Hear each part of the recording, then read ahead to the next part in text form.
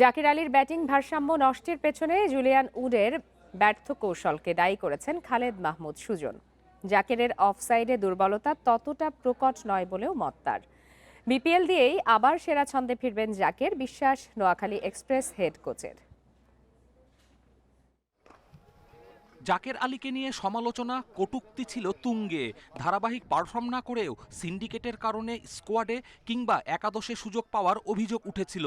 সেই প্রভাবও দেখা গেছে জাতীয় দলে, বিশেষ করে টি-20-তে এখন অনিয়মিত জাকে। পাপরিকা আর মেক্সিকান মশলার মাইন্ড ব্লাস্টিং ফ্লেভারে ডিটোস পার্টি হবে জোস যদি থাকে ডিটোস।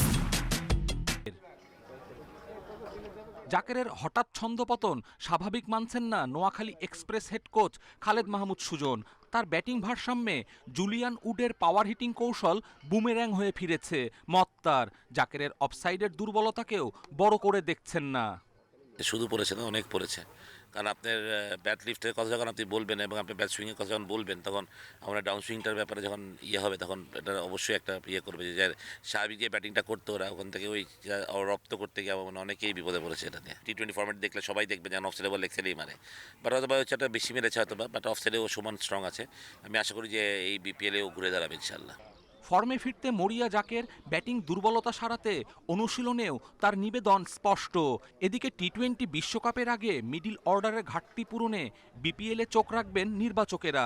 জাকেরের মতো মাহিদুল অঙ্কনও এই ফরম্যাটে নিজেদের যোগ্যতা প্রমাণ করবেন, বিশ্বাস সুজনের। দুটা ডেডিকেটেড ক্রিকেটার আমার টিমে আছে, অঙ্কন এবং জাকির। দুজনে ম্যাচ উইনার, দুজনে দারুণ ক্রিকেটার। তা আমি খুব হ্যাপি যে আমার মিডল অর্ডারে খুব ভালো দুটো মিডল অর্ডার ব্যাটসম্যান আছে। তো ইনশাল্লাহ আশা করি যে ওরা এই বিপিএলে পারফর্ম করবে, ওদের বেস্টটা ওরা খেলবে। দেখেন, লাখ তো একটা বড় ব্যাপার আছে, ভালো খারাপ বড়, কিন্তু ওদের ডেডিকেশন এবং ওদের ক্রিকেটের প্রতি যে ভালোবাসা, সেটা তো অফুরন্ত আমি মনে করি।